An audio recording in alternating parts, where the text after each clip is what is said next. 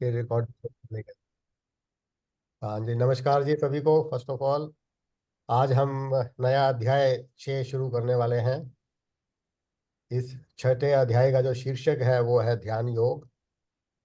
आपको याद होगा कि पिछले 5वें अध्याय के अंतिम 3 श्लोकों में भगवान ने ध्यान योग को इंट्रोड्यूस किया था, जस्ट संक्षेप में, पिछले 3 श्लोकों में। तो अध्याय 6 में वो अब इस ध्यान योग के बारे में विस्तार से भगवान इसकी व्याख्या करेंगे।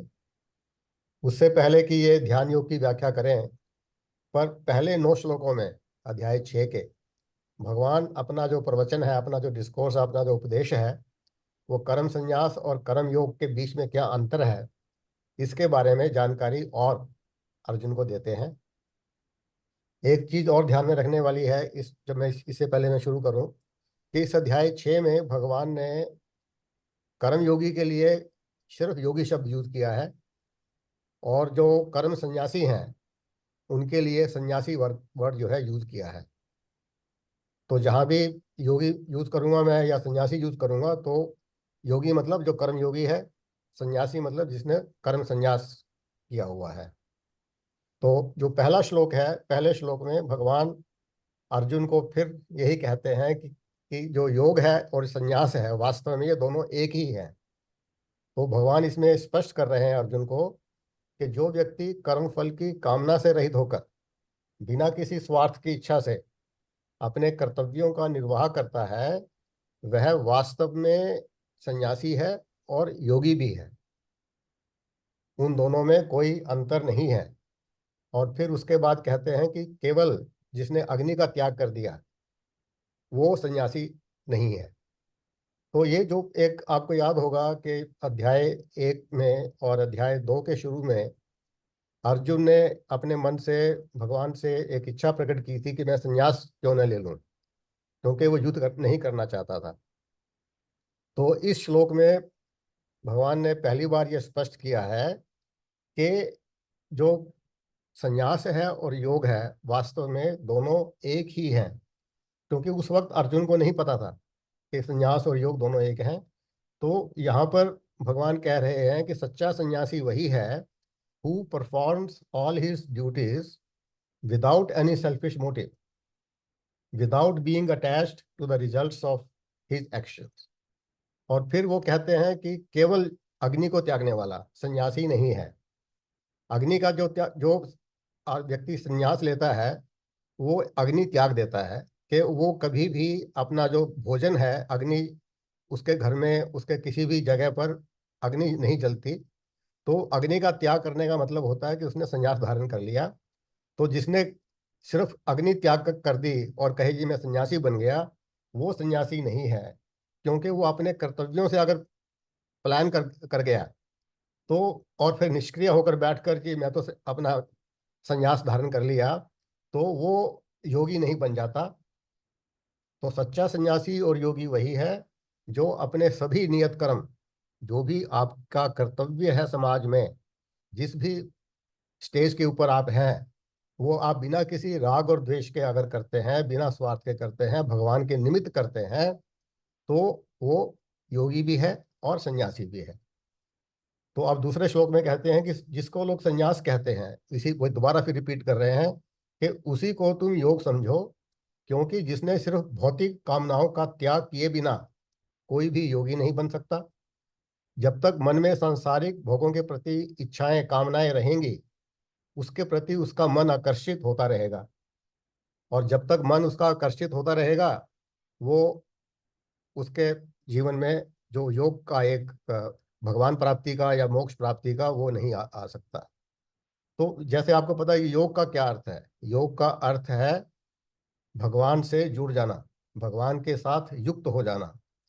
और यह तभी संभव है जब आपके मन में सभी प्रकार की सांसारिक कामनाएं, आपके मन से उसका पूरी तरह से विरक्त आप जबकि हो जाओगे। उसके लिए आपको भीतर से सन्यासी बनना पड़ता है कि मन से, आपने मन से अपने सभी कामनाओं का त्याग कर दिया है। तो संन्यास और योग दोनों एक ही हैं, एक ही सिक्के के दो पहलू हैं।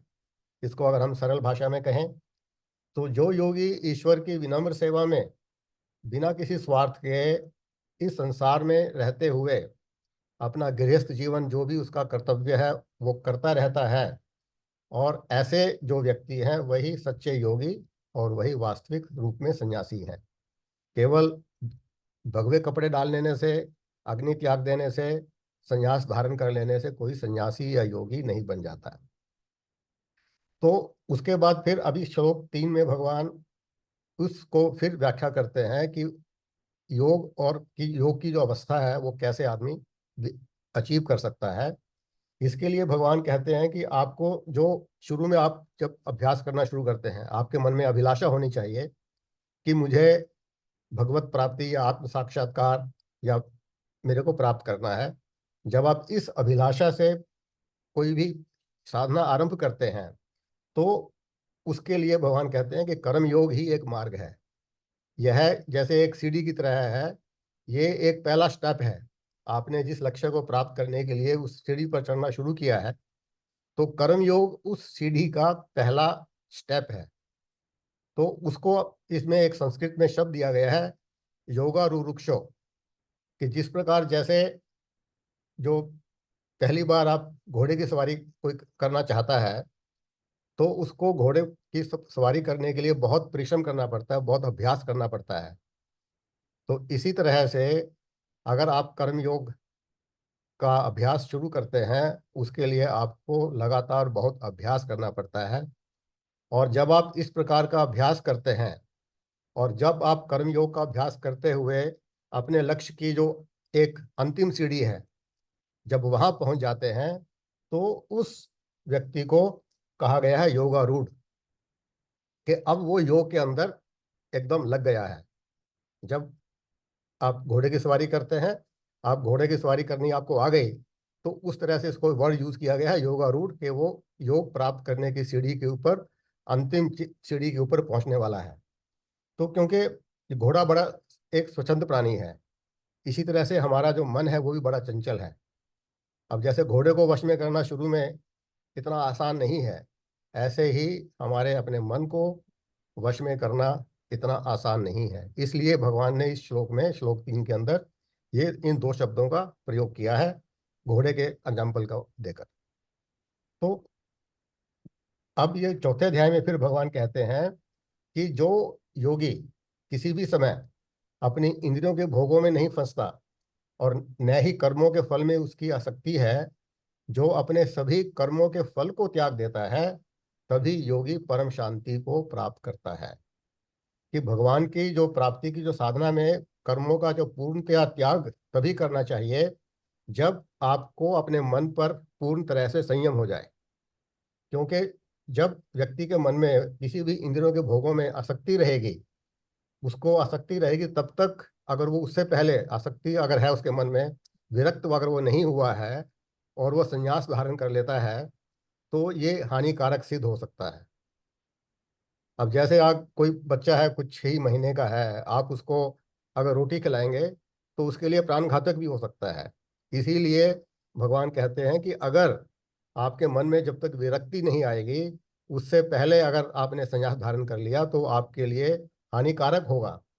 तो इसके लिए आवश्यक है कि पहले आप अपने मन से आपका जो अहंकार है और जो आसक्ति है वो त्याग करना बहुत ही आवश्यक है। जब आप इनका त्याग कर देंगे तब कर्मयोग के द्वारा आपका मन शुद्ध हो जाएगा। और जब मन शुद्ध हो जाएगा तब आप अपने आप मन से सन्यासी बन जाएंगे। और उसके पश्चात आपको अपने सेल्फ रियलाइजेशन होगा, फिर आपको ब्रह्म ज्ञान होगा। तो इस तरह से ये अचीव करना जरूरी है। तो बेसिकली अगर आप इन 3 श्लोकों का एक संक्षेप में अगर मैं कहूँ कि once the mind becomes tranquil after leading the life of a karma yogi, that person is said to be elevated in the science of yoga basically, and becomes ready for the yogic perfection of self-realization through meditation. तो इन 3 श्लोकों में भगवान ने again meditation की तरफ ही इशारा किया है कि जब आप इस अवस्था को अचीव कर देते हैं उसके बाद जब आप मन से सन्यासी हो गए फिर आप मेडिटेशन की तरफ जा सकते हैं। तो सबसे बड़ी जो बात है कि आपने अपने मन को कंट्रोल में करना है। अब मन को कंट्रोल करने का क्यों इम्पोर्टेंट है, इसके लिए भगवान कह रहे हैं कि व्यक्ति को अपने बुद्धि का उपयोग करके मन को नियंत्रण में रखना चाहिए, और यह कार्य व्यक्ति को स्वयं ही करना होगा। गुरु और शास्त्र पढ़ना या गुरु, ये सब एक साधन है। ये आपको जो है कि एक आपको प्रयोजन है आपके लिए, आपको आपको प्रमोट कर सकते हैं, पर ये कार्य आपको खुद ही करना होगा। इसके लिए जैसे कहते हैं कि one has to see with his own eyes, one has to walk with his own legs, one has to satisfy his hunger hunger by feeding himself. तो इट इज सेड बेसिकली, इसलिए मनुष्य को अपने आप से इसके लिए प्रयास करना होगा। किसी के ऊपर गुरु, भाई गुरु मेरे को जो है कि मेरे मन को शुद्ध कर देगा या मुझे ज्ञान प्राप्ति करा देगा, वो एक साधन है, पर उसके आपको नहीं हो सकती जब तक आप खुद प्रयास नहीं करेंगे। तो basically man is the architect of his own destiny, he is the pilot of his own fate. Only as we say God helps those who help themselves. तो आपको स्वयं ही इसके लिए प्रयास करना होगा। तो अगर आप सोचें कि someone else will take me to the land of peace while I continue to lead a life of basically a bhogi, and I'm busy in all sorts of sensuality in my life, is totally wrong, is not correct. So no one will be able to give you a passport to immortality कि मैं immortal बन जाऊं, unless you try yourself. You have to do this, achieve this yourself basically, and you have to live a life of godliness. तो एक कविता है हिंदी के अंदर, बड़ी सुंदर, दो पंक्तियां हैं उसकी। एक डाल दो पंछी बैठे, एक गुरु एक चेला, गुरु की करनी गुरु भरेगा, चेला की करनी चेला। इसका अर्थ तो आई थिंक सबको ऑब्वियस ही है। तो इसलिए भगवान कह रहे हैं कि व्यक्ति को अपने आप से ही, व्यक्ति का जो अपना मन है वो ही अपना मित्र भी है और वो ही अपना शत्रु भी है। तो अगले श्लोक 6 में भगवान इसी की व्याख्या करते हैं कि जिसने अपने मन पर विजय प्राप्त कर ली है, अपने मन को नियंत्रण में कर लिया है, वह मन उसका मित्र है। और जिसने मन को नियंत्रण में नहीं किया है, वह शत्रु की भांति मनुष्य का के साथ बर्ताव करता है। क्योंकि एक जो अनियंत्रित अनकंट्रोल्ड माइंड है, इससे बड़ा दूसरा कोई शत्रु नहीं है, और इसको इसलिए इसको काबू में रखना बहुत ही आवश्यक है। तो ये जो मित्र और शत्रु हैं हमारे हमारे मन के अंदर ही हैं, हमारे भीतर ही मौजूद हैं। तो वश में जो किया हुआ मन है वो हमारा मित्र है। जो वासना और लोभ से भरा हुआ है वह हमारे मन को अशांत करता है, वह शत्रु है और हमें विनाश की ओर ले जाता है। इनफैक्ट जो ये हमारे मन में जो काम, क्रोध, लोभ, ईर्ष्या, मद, मोह आदि जो विकार हैं, ये जो हमारे मन में अगर ये निवास करते हैं तो ये हमारे सबसे बड़े शत्रु हैं। और ये जो इंटरनल एनिमीज हैं, they are more dangerous than external enemies, क्योंकि ये हमारे पूरे जीवन को बर्बाद, विनाश जो है कि कर देते हैं और हमें और अधिक दुख की तरफ जो है कि ले जाते हैं। तो जैसे कि अगर हमारे मन में हेट्रेड है किसी के प्रति, तो ये उस व्यक्ति को कम नुकसान पहुंचाएगा, आपको अपने आप को ज़्यादा नुकसान पहुंचाता है। तो इसीलिए कहते हैं कि जो जो ये जो मन है आपका, अगर मन में, आपके मन में अगर राग और द्वेष है, इच्छा और क्रोध वगैरह है, तो ये आपको ज़्यादा नुकसान पहुंचाता है, ये आपके बड़े शत्रु हैं। और यही जो विचार हैं आपको नीचे पतन की ओर ले जाते हैं। तो इसलिए मन को नियंत्रण में करना बहुत ही जरूरी है। द सोवरिन रिसाइप भगवान says in few words that cleans the mind of all these defects of lust, anger, greed, and envy and delusion is to detach it from the world and attach it to the Supreme Lord through your own soul. So this is a one sentence, very briefly described how a controlling of the mind, how it is, why it is so important basically. एक अमृत बिंदु नाम का उपनिषद है, उसमें भी यही कहा गया है कि मन ही मनुष्य के बंधन का कारण है और मोक्ष का भी कारण है। और इंद्रियों के जो विषयों में जो लीन रहता है, वही मन आपके जो है, जो वो बंधन का कारण है, और जो भोगों से विरक्त है वह मोक्ष का कारण है। अब श्लोक 7 के अंदर भगवान जो योगारूढ़ पुरुष है, हमने पहले योगारूढ़ पुरुष का वर्णन किया था कि जो योग योग की स्थिति में रूढ़ हो गया है, एकदम उसमें अच्छी तरह से वो तटस्थ हो गया है, उसके क्या लक्षण हैं। इससे पहले मैं उसके लक्षण बतलाऊं, पहले हम ये ध्यान रख लें कि हमारे जो जीवन है, हमारे जीवन में 4 तत्व की वजह से हमारा ये जीवन चलता है। ये 4 तत्व क्या है हमारे? एक तो हमारा मन है जिसमें विचार उत्पन्न होते हैं। फिर बुद्धि है, बुद्धि उन विचारों को विश्लेषण करके निर्णय लेती है। तीसरा है चित्त, जिसे हम मेमोरी भी बोल सकते हैं। तो उन निर्णय के बेसिस पे जिसमें वो जो बुद्धि निर्णय लेती है वो हमें याद रखती है, इसको मेमोरी भी बोला जाता है। और फिर चौथा है अहंकार। जब हमें व्यक्ति को अपने किसी धन या प्रतिष्ठा आदि पर अहंकार हो जाता है, वो अहंकार, या इसको बोलते हैं ईगो, अहम, वो हो जाता है। ये जो चारों तत्व हैं इसके बेसिस पर हमारा जीवन चलता है। अब इन चारों को ये अलग अलग नहीं है, मन, बुद्धि, चित्त और अहंकार, ये वास्तव में हमारे सूक्ष्म शरीर के अंदर अंतःकरण के नाम से जाने जाते हैं। अंतःकरण में ये 4 तत्व मौजूद होते हैं। तो अंतःकरण जो है कि मनुष्य का ये सबसे ज्यादा इंपॉर्टेंट है, जो हमारे जीवन को चलाता है। तो इसको एक बार ये आपको पता लग गया तो बेसिकली, तो जब मनुष्य अपने मन को जीत लेता है, इसका मतलब क्या है कि उसके अपने मन में जो विचार जिस तरह के आने चाहिए, वो विचारों पर अपने कंट्रोल कर लेता है। तो वो क्या होता है, फिर वो अपने सुख दुख, जो गर्मी आदि के जो द्वंद्व हैं, इससे ऊपर उठ जाता है और अपने मन में, अपने अंतर मन के अंदर शांति का अनुभव करता है। तो जो व्यक्ति, जो योगी ईश्वर की भक्ति में शांत और स्थिर रहते हैं, जिन्होंने अपने मन और इंद्रियों को सांसारिक भोगों से वश में कर लिया है, वही बेसिकली वास्तव में एक योगी है। और इसके लिए पहले कर्मयोग के मार्ग पर चलना, अपने मन को वश में करने के लिए, उस पर विजय प्राप्त करने के लिए बहुत ही आवश्यक है। इस पर भगवान ने बार बार जोर दिया है। अब श्लोक 8 के अंदर भगवान एक जो योग युक्त योगी है उसका वर्णन करते हैं। वे कहते हैं कि जिस भी योगी ने ज्ञान और विज्ञान के तत्व को अच्छी तरह से जान लिया है। अब यहाँ पर भगवान ने वर्ड यूज किया है ज्ञान और विज्ञान।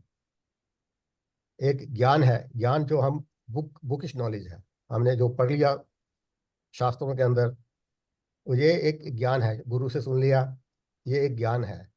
पर जब तक हमें इसका एक्सपीरियंस नहीं हो जाता, अनुभव नहीं हो जाता, तब तक वो एक विज्ञान में नहीं बदल सकता। तो इसलिए जो ज्ञान और विज्ञान, इन दोनों के कम्बिनेशन से जिसकी जो तृप्त हो गया है, जिसकी आत्मा तृप्त हो गई है, उसके अंदर अपने आप से ही स्वतः ही ज्ञान का दीपक प्रकाशित हो जाता है। तो इस प्रकार जो है कि भगवान ने कहा कि और जब ये एक बार ये ज्ञान का दीपक अंदर जल गया, तो आत्म साक्षात्कार तब व्यक्ति को, योगी को मिल जाता है। तो ऐसे योगी को भगवान ने योग युक्त कहा है इस श्लोक के अंदर। तो क्योंकि उसका जो मन है तब भगवान से जुड़ जाता है, इसलिए उसको योग युक्त कहा है। इस श्लोक में भगवान ने योगी को कूटस्थ भी कहा है। कूट में 2 धातु हैं, कूट एंड स्थ। कूट का अर्थ है इंग्लिश में एनविल। जैसे एक लोहार है, जो वो किसी लोहे के ऊपर, एक एनविल के ऊपर रख के उसको चोट मारता है और लोहे को किसी भी प्रकार की शेप देता है, तो जो एनविल है उसके ऊपर उसका, लोहार की जो चोट डालता है उसके ऊपर कोई फर्क नहीं नहीं पड़ता है, वो एकदम स्थिर रहता है। तो इसी तरह से जो एक योगी है, जो कुटस्थ उसको कहा गया है, कि अगर वो किसी भी, कोई भी दुख आए, कोई भी उसके में विपत्ति आए, वो एक एनिमल के समान अविचल रहता है, उसके ऊपर उसका कोई फर्क नहीं पड़ता। तो इसलिए वह अपने, क्योंकि वो अपने भीतर जो उसको ज्ञान प्राप्त हो गया है उससे वह संतुष्ट है, वो हर परिस्थिति के अंदर कूटस्थ बनकर रहता है। फिर इसी श्लोक में आगे भी उन्होंने, भगवान ने कहा है कि जो योगी है वो विजितेंद्रिय है, कि जिसने अपने मन को नियंत्रण में करके इंद्रियों को वश में कर लिया है। तो जो योगी जिसने इंद्रियों को भी वश में कर लिया है, उसके लिए भगवान इसी श्लोक में कहते हैं कि उसके लिए मिट्टी, पत्थर या सोना सब एक बराबर है। वो सबको समभाव से देखता है। ये एक बहुत बड़ी बात यहाँ पर भगवान ने कही है कि वो इसलिए, कहने का अर्थ है कि वो हर स्थिति के अंदर शांत रहता है। उसको मिट्टी नजर आए या स्वर्ण नजर आए, उसको कोई फर्क नहीं पड़ता है। वो उनकी तरफ अट्रैक्ट नहीं होता है। उसका माइंड हमेशा शांत रहता है। तो ये सब व्याख्या करने के बाद फिर अब अगले श्लोक 9 में भगवान कहते हैं कि श्रेष्ठ श्रेष्ठ योगी कौन है इन सब योगियों में। तो अब भगवान अगले श्लोक में श्रेष्ठ योगी के बारे में बताते हैं। श्रेष्ठ योगी को बताने के लिए कि कौन सा श्रेष्ठ है, उससे पहले वो भगवान कह रहे हैं कि संसार के अंदर 9 प्रकार के व्यक्ति हैं। ये जितने भी प्राणी हैं उन सबको हम 9 प्रकार के व्यक्तियों में बांट सकते हैं। एक तो है जो आपके हितैषी हैं, who are your well wishers, उनको सुहृद बोला गया है। दूसरे हैं जो आपके मित्र हैं, आपके फ्रेंड्स हैं, जिनके साथ आप बैठकर अपनी खुशियां और दुख साझे कर सकते हैं। तीसरे हैं जो आपके एनिमी हैं, जो शत्रु हैं, जो आपसे दुश्मनी करते हैं। उसके बाद फोर्थ है उदासीन। उदासीन का अर्थ है who is indifferent towards you. उसको फर्क नहीं पड़ता कुछ भी, आपका सिर्फ उससे परिचय है, पर आपको उससे कोई, उसको आपसे या आपको उससे कोई लगाव नहीं है। He is indifferent towards you. फिर है जो मीडिएटर है, मध्यस्थ है। वो आपके लिए एक, किसी का अगर विवाद भी होता है तो एक निष्पक्ष के रूप में, न्यूट्रल आदमी के रूप में आपके साथ व्यवहार करता है। फिर एक आपका जो द्वेषी है, जो आपसे ईर्ष्या करता है, एनवी करता है। फिर जो आपके रिलेटिव्स हैं, जो बंधु हैं आपके, जो आप जिसकी राय आपके लिए और उनकी राय आपके लिए मायने रखती है, उनको आप बंधु बोलते हैं। फिर इस जगत में जो कुछ हैं जो साधु लोग हैं, जो बेसिकली वर्चुअस सोल्स हैं। और लास्ट में है जो नंबर 9 है, वो है पापी, जो सिनर्स हैं, जो दूसरों को कष्ट पहुंचाते हैं। तो सभी प्राणियों को इन 9 कैटेगरीज के अंदर आप बांट सकते हैं। तो भगवान कहते हैं जिसमें सर्वश्रेष्ठ योगी वही है जो इन सब प्रकार के व्यक्तियों में, इन सब प्रकार के प्राणियों में समान भाव रखता है। ये सबसे बड़ा इंपॉर्टेंट है। वही योगी श्रेष्ठ है जो सब में समान भाव रखता है, सबके प्रति एक भाव।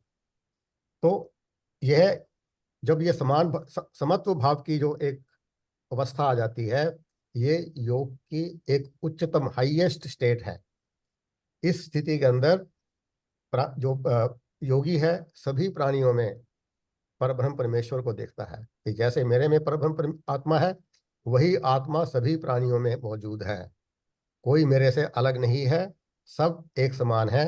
ये भाव उसके मन में आ जाता है। तो ये एक सर्वश्रेष्ठ योगी की ये स्टेट है। अब ऐसे 9 श्लोक के बाद अब भगवान ध्यान योग के वर्णन पर शुरू करते हैं श्लोक 10 से। तो अब ध्यान योग क्या है, ध्यान क्या है? ये बेसिकली हमारे भीतर की यात्रा है। हमें ये यात्रा अपने मन के भीतर, अपने हृदय के भीतर की यात्रा को हम ध्यान कहते हैं। इसके माध्यम से हम अपने भीतर की गहराई तक पहुंच सकते हैं। और क्योंकि जो हमारे मन के अंदर जन्म जन्मांतरों की जो वासनाएं बैठी हुई हैं, जब हम अपने भीतर की ओर देखते हैं, तभी हम उन वासनाओं से अपने आप को मुक्त कर सकते हैं। और वो बाय मेडिटेशन, बाय ध्यान योग का अभ्यास। ध्यान योग के अभ्यास करने से ही हम अपने जो अंतर की जो आत्मा है उसको जगा सकते हैं। और जब अंतरात्मा हमारी जाग जाएगी, तो फिर ये हमारे आत्म साक्षात्कार तक पहुंचने में मदद कर सकता है। तो भगवान आगे आगे इस ध्यान योग की प्रक्रिया का वर्णन करते हैं। सबसे पहले वो कहते हैं कि जो भगवान के साथ अपने मन को जोड़ना चाहता है, ऐसे योगी को सबसे पहले भगवान के अंदर निरंतर लीन भगवान की भक्ति उसके मन में हमेशा होनी चाहिए। ऐसा भक्ति भाव लेकर वो एकांत स्थान में अकेले स्थित बैठकर अपने मन, अपनी आत्मा के अंदर ध्यान केंद्रित करें। ये एक फर्स्ट स्टेप है। ध्यान केंद्रित करने के लिए आपको अपने मन और इंद्रियों को संसारिक विषयों से हटाकर उनको अपने उनको वहां से हटाना पड़ेगा। तभी आप ध्यान की मुद्रा में बैठ सकते हैं। और उसमें बाद में क्या कहा कि बिना किसी कामना के, बिना किसी धन साथ में लिए आप उस भाव से ध्यान की मुद्रा में बैठिए। तो इस प्रकार से भगवान ने इस श्लोक 10 में 5 कंडीशन बताई हैं ध्यान योग की का अभ्यास करने के लिए। पहला है स्थान होना चाहिए एकांत, जहाँ कोई आपको डिस्टर्ब ना करे। फिर नंबर 2, फिर अकेले, कोई आपके आसपास ना हो। तीसरा है आपको अपने मन और इंद्रियों पर नियंत्रण रखना पड़ेगा। चौथा है कि आपके मन में कोई कामना नहीं होनी चाहिए कि मैं ये ध्यान रख रहा हूँ मेरे को ये प्राप्त करने के लिए, या मेरे को नींद अच्छी आ जाए इसके लिए मैं ध्यान कर रहा हूँ। तो कोई कामना इसके लिए मन में नहीं होनी चाहिए। और पांचवा है आप अपने साथ कोई धन या सामग्री, टेली मोबाइल फोन साथ में ना रखें, टीवी के आगे मत बैठें। तो ये 5 कंडीशंस इस श्लोक के अंदर बताई गई है। क्योंकि अब देखिए, क्योंकि हमारा जो मन है एक दूध के समान है। दूध को आप पानी में डाल दीजिए तो आप फिर पानी और दूध सब मिलकर एक हो जाते हैं। आपको पानी अलग नहीं कर सकते और दूध को अलग नहीं कर सकते। परंतु यदि दूध में से मक्खन को निकाल लें और फिर मक्खन को पानी में डालें तो फिर वो जो मक्खन है वो पानी के ऊपर तैरता रहेगा। इसी प्रकार अगर हमारा मन और बुद्धि शुद्ध है और तब हम संसार के साथ संपर्क में अगर आते भी हैं, तब भी हमारा मन उससे प्रभावित नहीं होता। अच्छा, फिर यदि हम एकांत स्थान में इंद्रियों के विषयों के साथ कम से कम संपर्क में रहेंगे, इसलिए एकांत स्थान के लिए जो है कि भगवान ने कहा है, तभी हम अपने मन को उन विषयों से ऊपर उठा सकते हैं। और एक बार जब मन आपका अनुरक्त हो गया तो आपको कोई भी संसार के विषय आपको डिस्टर्ब नहीं कर सकते। और वह योगी इस संसार में अछूता रहता है। इसलिए तो अब एकांत स्थान का अर्थ यह नहीं है कि आपको किसी पर्वत के ऊपर जाकर बैठना है या किसी वन में जाना है। आप ये एकांत का स्थान अपने घर में भी ढूंढ सकते हैं, जहाँ पर एक अलग एक कमरे के अंदर, उसके आसपास चाहे कोई ना हो, टीवी ना उसमें रूम में नहीं हो, अगर है भी तो उसको बंद बंद किया जाए। तो वो आप अपने कोई भी ऐसा स्थान ढूंढ कर भी आप उसका अभ्यास, ध्यान योग का अभ्यास थोड़े समय के लिए गृहस्थ जीवन में रहते हुए भी शुरू कर सकते हैं। तो उसके लिए आपको वन जाने की या किसी पर्वत पर जाने की आवश्यकता नहीं है। फिर श्लोक 11 में भगवान आगे बता रहे हैं कि आपका ध्यान योग के लिए आसन कैसा होना चाहिए। एक तो जो आसन है, ना जमीन से ज्यादा ऊंचा और ना ज्यादा नीचा, और एकदम स्थिर आसन होना चाहिए। उसके ऊपर पहले कुशा, फिर मृगशाला, और उसके ऊपर एक साफ कपड़ा। अब ये ऊंचा या नीचा क्यों नहीं होना चाहिए? अगर ऊंचा होगा तो योगी अपने ध्यान में बैठा है तो उसका गिरने का खतरा रहता है। अगर ज्यादा नीचा होगा, योगी ध्यान में है, कोई भी वहां पर कोई कीड़ा वगैरह आकर उसको काट सकता है तो उसका ध्यान को बांट सकता है। इसलिए यह सब चीजें भगवान ने यहाँ पर बताई हुई हैं। और फिर श्लोक 12 में कहते हैं, ऐसी स्थिति में ऐसे आसन पर बैठकर अपने मन को एक बिंदु पर केंद्रित करते हुए, अपने मन को नियंत्रण में रखकर, इंद्रियों की क्रियाओं को वश में रखकर, और ऐसे आसन पर एक स्थिर होकर बैठकर अपने अंतःकरण की शुद्धि के लिए इस ध्यान योग का अभ्यास करें। और फिर ऐसे आसन पर बैठकर भगवान कह रहे हैं अपनी शरीर को, सिर को और गर्दन को सीधा रखकर और अपनी नासिका के अग्रभाग को देखते हुए अपने मन को केंद्रित करें भगवान के ध्यान में। आप किसी भी चीज पर ध्यान लगा सकते हैं, अपने आत्मा के अंदर भगवान के किसी भी रूप के ऊपर आप ध्यान लगा सकते हैं। नासिका के अग्रभाग का मतलब ये नहीं कि आपको अपने जो है कि एक नासिका का अग्रभाग दिखाई देना चाहिए। इसका सिर्फ अर्थ है कि आपको ना इधर देखना है ना उधर देखना है। आपका ध्यान एक बिंदु पर केंद्रित जो है कि होना होना होना चाहिए। तो इस प्रकार से आपको बिना हिले डुले ध्यान योग का अभ्यास करना है। और जब इस प्रकार के ध्यान की स्थिति में बैठकर, अब आगे 14 और 15 श्लोक में भगवान कहते हैं कि अपने मन को केंद्रित कैसे करें, उसके उपाय बताए गए हैं। पहला उपाय बताया है कि प्रशांत आत्मा, आपका मन शांत हो, क्योंकि शांत मन में ही दिव्य प्रकाश उत्पन्न हो सकता है। वासनाएं और इच्छाएं अगर होंगी तो मन आपका शांत नहीं रह सकता। फिर दूसरा है विगत भी, अर्थात भय से रहित। आपके मन में किसी भी प्रकार का, किसी भी रोग का, किसी भी मृत्यु का, इस प्रकार का, किसी की कोई निंदा कर रहा है आपकी, किसी भी तरह का मन में भय नहीं होना चाहिए। थर्ड उन्होंने बोला है ब्रह्मचर्य व्रत, कि आपको you should not allow any lustful thoughts entering your mind basically during meditation. So that's also very very important. और चौथा है मन संयम्य, कि मन आपका पूरी तरह से नियंत्रण में हो। जब मन वश में होगा तभी आपका जो मन है संसारिक भोगों के पीछे भटकने से रुक जाएगा।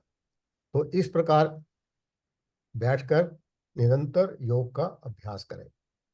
और फिर आगे कहते हैं कि इस प्रकार जो सदा जो भगवान बैठकर भगवान के स्वरूप में लीन रहता है, ऐसा संयमित मन वाला योगी मुझ में स्थित होकर, भगवान में स्थित होकर शीघ्र ही निर्वाण अर्थात परम आनंद को प्राप्त कर लेता है। He gets the highest bliss of liberation, मोक्ष का वो जाता है। तो बेसिकली इस श्लोक के माध्यम से भगवान कह रहे हैं कि ध्यान योग द्वारा ही हमें परम आनंद, परम शांति या मुक्ति प्राप्त हो सकती है। और यह जो परम आनंद क्या है? सच्चिदानंद स्वरूप। परम आनंद का मतलब है सच्चिदानंद स्वरूप, भगवान सच्चिदानंद स्वरूप है। तो आप उस स्वरूप में पहुंच जाते हैं जो स्थायी है। ये जो सांसारिक भोगों का सुख है उसकी तरह से क्षण भंगुर नहीं है। अब आगे श्लोकों में भगवान कुछ नियमों का पालन करने के लिए कह रहे हैं कि ध्यान योग में क्या नियम है, उनका कैसे पालन करना चाहिए। पहले तो वो कहते हैं कि जो अधिक भोजन नहीं करते, या कम भोजन नहीं करते, या बिल्कुल नहीं नहीं खाते, और न ही वो अधिक सोते हैं, न ही अधिक जागते हैं।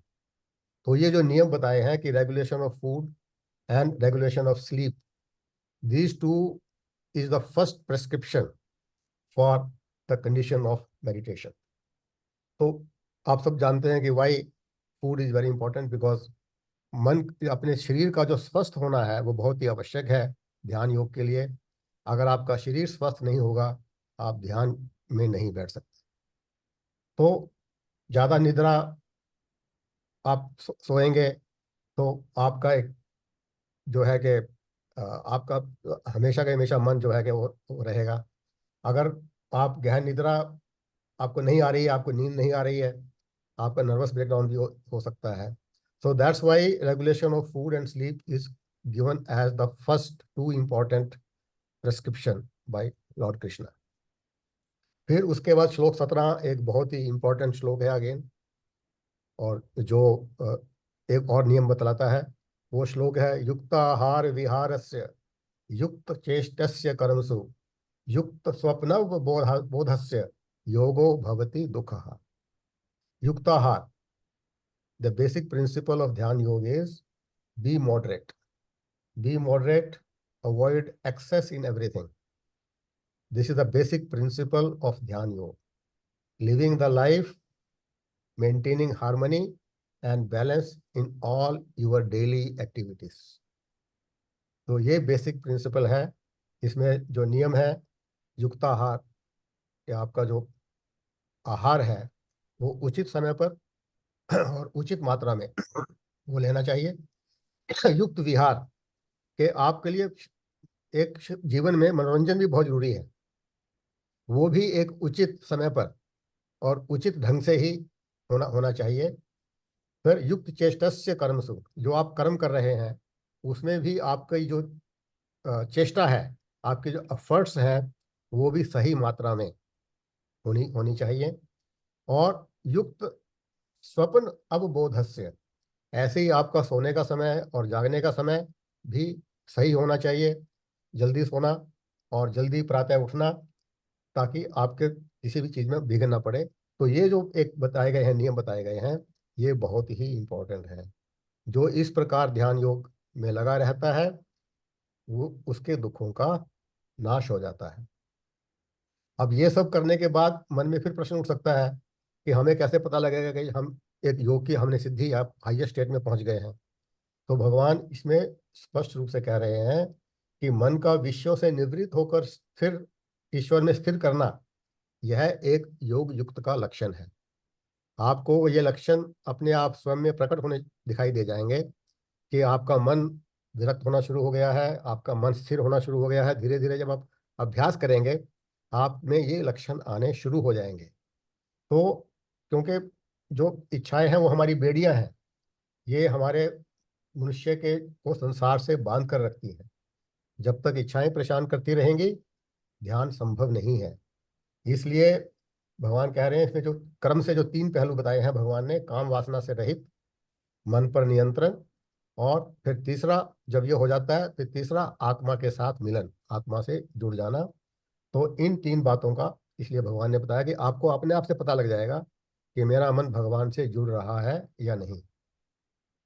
अब अगले श्लोक में अब भगवान एक देखिए आगे शुरू करें, कैसे क्रम से उन्होंने बतलाया है कि ये सब तो ठीक है, बतला दिया कि मन को वश में करिए, इंद्रियों को वश में करिए, पर क्या मन को वश में करना आसान है?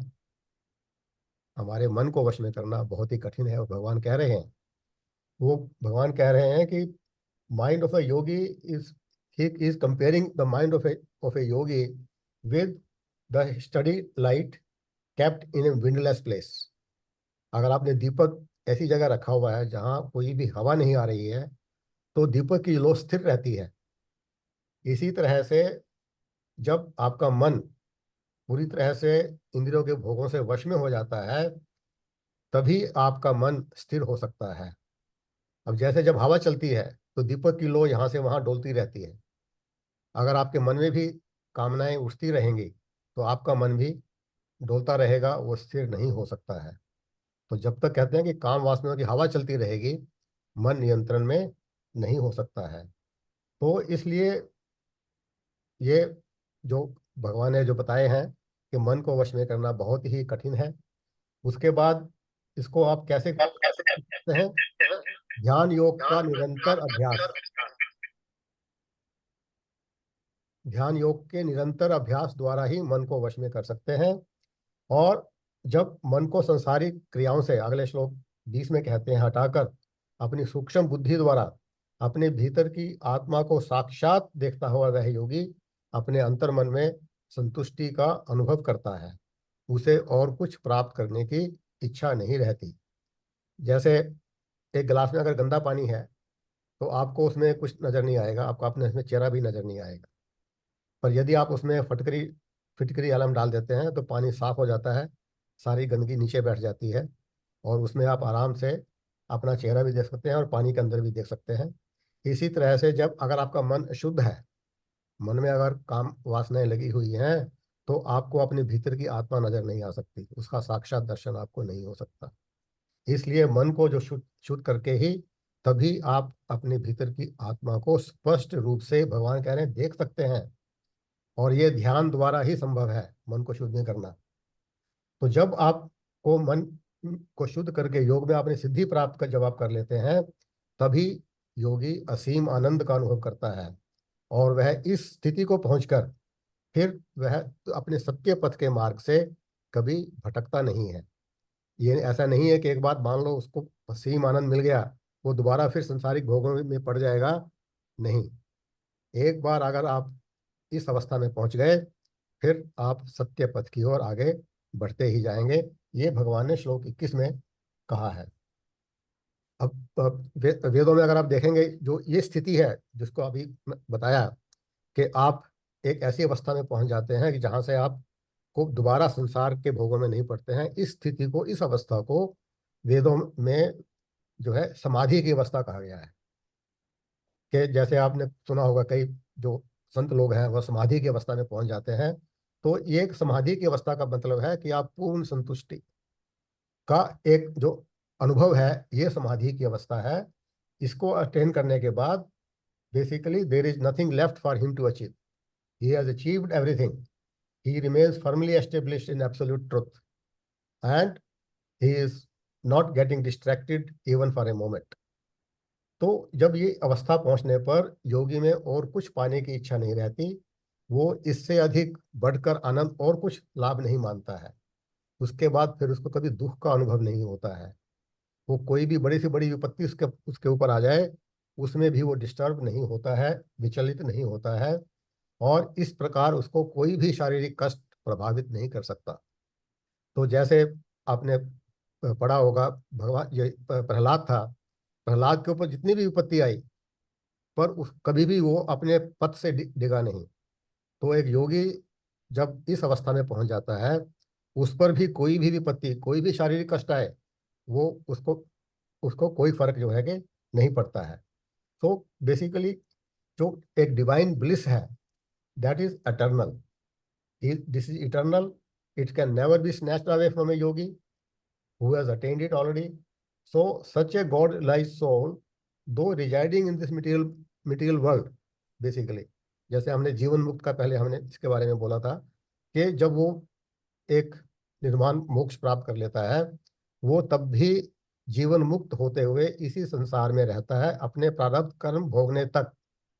तो वो इस स्टेट के अंदर भी वो एक उसको, क्योंकि वो डिवाइन कॉन्शियसनेस में पहुंच जाता है, तो ये स्टेट जो है पहुंचने के बाद आदमी के, व्यक्ति के, उस योगी के सभी दुखों का अंत हो जाता है। और इसलिए अगर हम एक ब्रीफ में कहें, yoga is a state of dissociation with, from association with misery. कि कभी भी आपके मन में मिजरी या दुख कोई भी आए, आप उसको दुख समझते ही नहीं है, तो you have dissociated with yourself with any misery. तो ये जो संसार हमें सब दिखाई देता है, ये केवल एक माया है जो एक अंधकार के समान है, जबकि जो आत्मा है या परमात्मा है वो प्रकाश के समान है। माया, ये जगत सब दुख स्वरूप है, जबकि परमात्मा सच्चिदानंद स्वरूप है। जिस प्रकार अंधकार प्रकाश को निगल नहीं सकता है, उसी प्रकार माया कभी भी ईश्वर के ऊपर विजय प्राप्त नहीं कर सकती। इसलिए जब एक बार आपने ईश्वर का आनंद प्राप्त कर लिया, दिव्य आनंद को प्राप्त कर लिया, फिर कभी भी आप माया के दुख में नहीं पड़ सकते हैं। ये जीवन सदा, जो उसका जो दुख है सदा के लिए अंत हो जाता है। तो बेसिकली तो ये सारा का सारा भगवान ने श्लोक 23 में बतलाया है। तो हैविंग अटेन दिस स्टेट, उसके बाद क्या है, yogi does not want to, there is no need for him to achieve anything, he has achieved everything. उसको अगर आप इंद्र लोग, इंद्र बनने के लिए भी बोल दीजिए, तो उसके लिए वो इंद्र की पोजीशन भी कुछ मायने नहीं रखती है।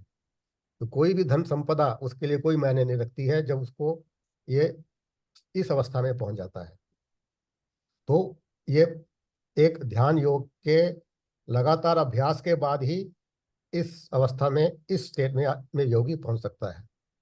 और फिर आगे फिर जो है कि अगले दो श्लोकों में 24 और 25 में भगवान ध्यान केंद्रित करने की कला का वर्णन करते हैं कि ध्यान केंद्रित कैसे किया जाए। इन दो श्लोकों में बहुत ही सुंदर और सरल वर्णन की में भगवान ने किया है कि अपने मन को संसार से हटाकर ईश्वर पर जो स्थिर करने की है, ये दोहरी प्रक्रिया है, इसे डुअल बेसिकली स्टेट। इसके लिए क्या है कि संसार से हटाना, अर्थात कामनाओं से पूर्णतया त्याग करना, और फिर कामनाओं से रहित होकर अपने मन को भगवान में स्थिर करना। तो this is A dual process basically. तो इस क्रिया द्वारा ही आप अपने मन को भगवान पर केंद्रित कर सकते हैं। कि उसको अगेन ही इज रिपीटिंग इन श्लोक 24 कि अपने मन को कामनाओं से पहले हटाइए, और जब, और उस संकल्प के साथ अपने जैसे ही अपने इंद्रियां कहीं भागने की शुरू करती हैं, वहां से हटाकर दोबारा अपने भीतर लाने की कोशिश कीजिए। तो इस प्रक्रिया द्वारा ही अपने मन को भगवान के में आप केंद्रित कर सकते हैं। और ये जो प्रोसेस है, भगवान आगे कहते हैं कि जो प्रोसेस है of sense control and mind control is a very very long process. It has to be done slowly and steadily with firm determination and patience. इतना आसान नहीं है। और हम सब ऑब्जर्व भी करते हैं, एक्सपीरियंस भी करते हैं कि मन को इस प्रकार से वश में करना आसान नहीं है। तो पर कहते हैं कि भगवान कहते हैं कि अपनी बुद्धि का उपयोग करके अपने मन को कामुक भोगों से हटाकर, अपने इंद्रियों को विषयों से हटाकर अपने मन को हृदय की तरफ मोड़ना है। बार बार बार बार, बाहर जाने लगे तुरंत मोड़ कर वापस लेकर आने का है। तभी आपको ध्यान केंद्रित करने का अभ्यास करना चाहिए। तो फिर कहते हैं, फिर आगे जो श्लोक 26 से आगे भगवान फिर शुरू करते हैं कि जो मन है बड़ा चंचल है, इसको वश में करना बहुत कठिन है। ये बहुत ही लंबी प्रक्रिया है, पर बार बार अभ्यास करने से इसको वश में किया जा सकता है। तो और जब ये आप व्यक्ति मन को शांत हो जाता है, तब वो परम आनंद प्राप्त करता है। और सो बेसिकली अगेन इन श्लोक 25, 26, 27, इन सब के साथ में यही बात मन को वश में करने की और इसकी इम्पोर्टेंस की, इसको रिपीट किया गया है बेसिकली। और फिर श्लोक 28 में कहते हैं कि जो इस प्रकार योगी आत्मा को, अपने आप को भगवान के साथ जोड़ लेता है, वह सभी पापों से मुक्त हो जाता है। तो purification of mind from all evil thoughts and tendencies and meditation on आत्मा is basically uniting the self with God are the path to attain supreme bliss. And this practice has to be done constantly and steadily.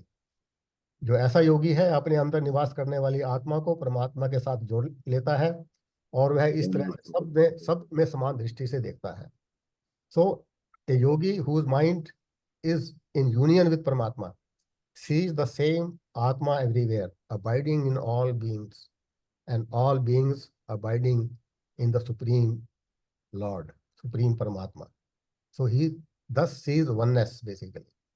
तो जिस प्रकार सूर्य है एक रहकर पूरा प्रकाश फैलाता है, तो अब इसी को फिर भगवान दोहराते हैं कि जो प्राणी इस प्रकार सर्वत्र मेरे को देखता है, ऐसा योगी, उसके लिए मैं कभी ओझल नहीं होता हूँ और वह मेरे लिए अदृश्य नहीं होता है। तो ऐसा जो है योगी अपना कर्तव्य निभाते हुए सदा मेरे से जुड़ा रहता है और अपने प्रारब्ध कर्मों के समाप्त होने तक अपने जीवन व्यतीत करता है। तो आज हम एक श्लोक 32 लेकर उसके बाद इसको समाप्त करेंगे, क्योंकि उसके बाद टॉपिक थोड़ा सा चेंज हो जाएगा। तो श्लोक 32 में फिर भगवान यही कहते हैं कि वही योगी सर्वश्रेष्ठ है, who regards every human being like himself, he feels the pains and pleasures of others as his own.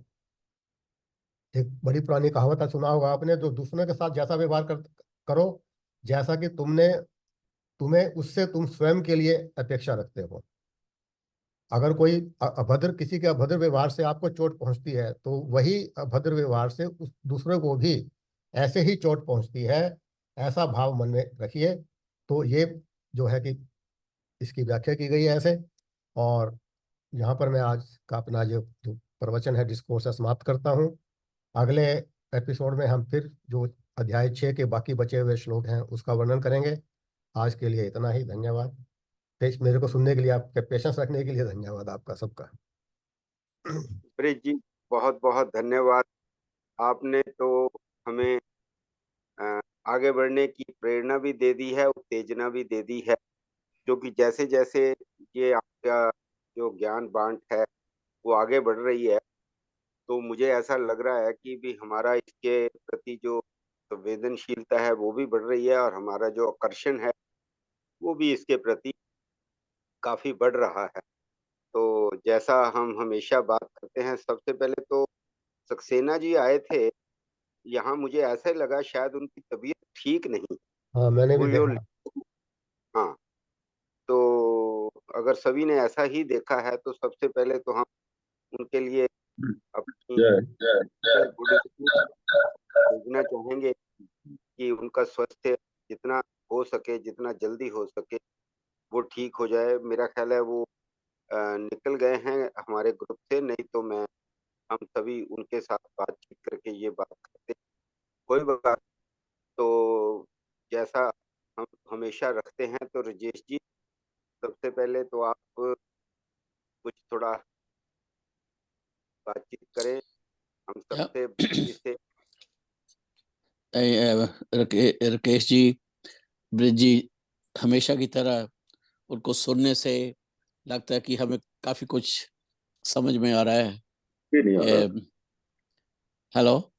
हाँ जी, हाँ जी, हाँ जी, हाँ, आवाज आ रही है। या नहीं, जो जिस पेस से ब्रिज जी आप चल रहे हो, जितना भी तो इतने टाइम में आराम से एक्सप्लेन कर सकते हो, वो मेरे जैसे बंदे के दिमाग में पड़ जाता है। Thank you very much for that.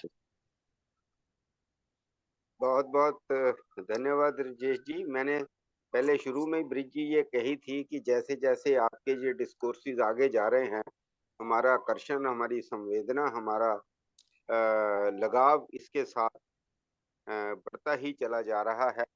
और 18वें अध्याय तक पहुंचते पहुंचते अगर कुछ नहीं तो हम शायद उतने अच्छे सन्यासी योगी या योग संन्यास में ना जा सके, समाधि अवस्था में ना जा सके, ऐसा इस उम्र में तो अपेक्षा करना शायद बहुत ज्यादा होगा।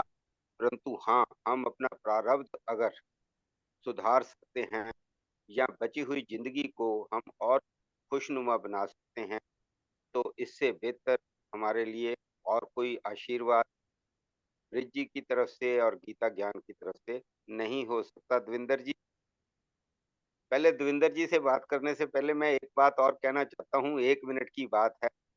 दविंदर जी मुझे मिलने आए न्यूयॉर्क में। अरे भाई, इतना अच्छा लगा, हम 2 घंटे हमें पता ही नहीं लगा, हम पार्क में करते रहे। पर एक चीज दविंदर जी की मैं कहना चाहता हूँ, जो मैंने अनोखी देखी। यहाँ पे बैठे दविंदर जी लगते हैं कि बड़े ना वो पतले से शरीर वाले और छटे हुए शरीर वाले हैं। और जब मैंने इनको असल में देखा तो जो दिखाई दे रहे उससे जुड़े तो हैं ही ये। बहुत बढ़िया। इनके बच्चे थैंक यू राकेश जी। इनके वाह, बच्चे खूब खाने खाने को दे रहे हैं या ये बच्चों के बीच में बैठ के खूब खाते हैं। ब्रिज जी ने कहा जरा संतुलन बनाइए, समावेश रखिए, तो ज्यादा। राकेश जी बात ऐसी है, ये ये उम्र है ध्यान की और खान पान की। ओ क्या बात है, बिल्कुल वाह, बिल्कुल अरे वाह, अरे बिल्कुल। वाह। आसान कर तो दी। कल हो ना हो, हम तो इस चीज में विश्वास करते हैं। अब ब्रिज जी ठीक है। कितनी मेहनत करते हैं। मैं अभी लगा हूँ, एक साइड में मोबाइल पे लगाया, एक साइड में कंप्यूटर पे लगाया, सुबह से लगाने के लिए कर रहा था बात। But anyway I was successful के कम से कम आप लोगों से बात हो गई, अच्छा लगा। ध्यान योग तो ब्रिज जी तो ज्ञानी आदमी है। थोड़ा बहुत ज्ञान जो जैसे आपने बोला कान में चल जाए तो दिन अच्छा निकल जाता है। तो आप, मेरे को बहुत खुशी हुई वहां पर आपको मिलकर, इतना अच्छा लगा। पर अभी मैं अरिजोना में हूँ लड़के के पास। हाँ, बता आना, रहे थे हाँ जी, आप बता रहे थे कि आप यहाँ से अपने हाँ। बेटे के जा रहे हैं। अब बेटा ऐसे कहता है, बच्चों को छुट्टियां है ना, तो बेटी ने कहीं जाना था तो बेटे के पास आ गए अभी अरिजोना में सब। हम्म, तो यहाँ तो इतनी गर्मी है, दिल्ली से भी, इंडिया से भी भयंकर गर्मी है, 105 डिग्री फ़ारेनहाइट टेम्परेचर है। ओ, तो गला वला खराब हो गया, पर बहुत अच्छा लगा। मैं तो कल से ही इंतजार कर रहा था कि ब्रज जी आएंगे, इनसे कुछ ना कुछ हमारे, देखो पढ़ने से सुनने में ज्यादा असर होता है। तो आप लोग तो सब ज्ञानी हो, भीम जी बैठे हुए हैं, उनका तो कहना ही क्या है। तो आप हैं, संजीव जी हैं, तो बहुत बहुत धन्यवाद ब्रज जी, राकेश जी, संजीव जी, बहुत अच्छा लगा। तो होपफुली ऐसे मिलते रहें, अगर फ्रीक्वेंटली मिलते रहें तो और भी अच्छा होगा। कम से कम जो इंटरेस्टेड हैं उनके कान में ब्रिज जी डालते हैं, मतलब एक एक चैप्टर को या एक अच्छे से श्लोक को डालते हैं, तो बहुत ही अच्छा लगता है, बहुत ही अच्छा लगता धन्यवाद जी, धन्यवाद। है। Thank you Kabir very ji much. Kabir ji कहते ने तिन ढूंढया तिन, जिस ढूंढया तिन पाया, गहरे पैंट पे। बस बस। वो कहते हैं जो ढूंढता है वही पाता है, चाहे उसको गहरे पानी में जाना पड़े। यहाँ तो गहरे पानी में जाने की जरूरत ही नहीं है।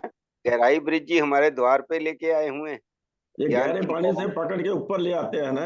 हाँ, तो हमें गहरे पानी में जाने की जरूरत नहीं। कबीर जी की बात को आगे बढ़ाएं भीम जी।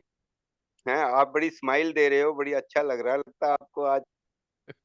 है नहीं, एक बात मैं इस प्रवचन के बीच में बार बार सोच रहा था जी, कि जितना कुछ भगवान ने सब कुछ कहा है, सब मन के ऊपर है। आत्मा तो कहीं भी पिक्चर में ही नहीं आती है। आत्मा तो धक्के खाती है। मतलब मन जो करता है बदमाशी, उसका सारा जो है लेन देन वो आत्मा को भुगतना पड़ता है। तो आत्मा तो एक तरह की पैसिव है, एक्टिव नहीं है। वो करती भोग वो सारा रही है, लेकिन मन, चित्त, अहंकार, ये सब चीजें हैं जो आदमी को पुश करती हैं कि तुम ऐसे करो। लेकिन आत्मा चाहे जितना मर्जी धिक्कारे, आदमी फिर भी कर ही लेता है, कहता है यार कोई बात नहीं, एक बार करके देख लेते हैं। लेकिन इसका मतलब है आत्मा इतनी स्ट्रांग नहीं है जो आदमी इन सब चीजों के पीछे घूमता है। तो अगर मन को स्ट्रांग बनाना है तो आत्मा का भी स्ट्रांग होना मेरा ख्याल जरूरी है। ब्रिज जी, क्या आपका क्या विचार है? बिल्कुल सही बोला जी आपने। देखिए, मन को इसलिए कहते हैं कि मन ही अपना मित्र है और मन ही अपना शत्रु है। जी। मन जो है कि बहुत ही पावरफुल है। सारा आपका जो जीवन है मन के ऊपर चलता है। आपके मन में जिस तरह के विचार आएंगे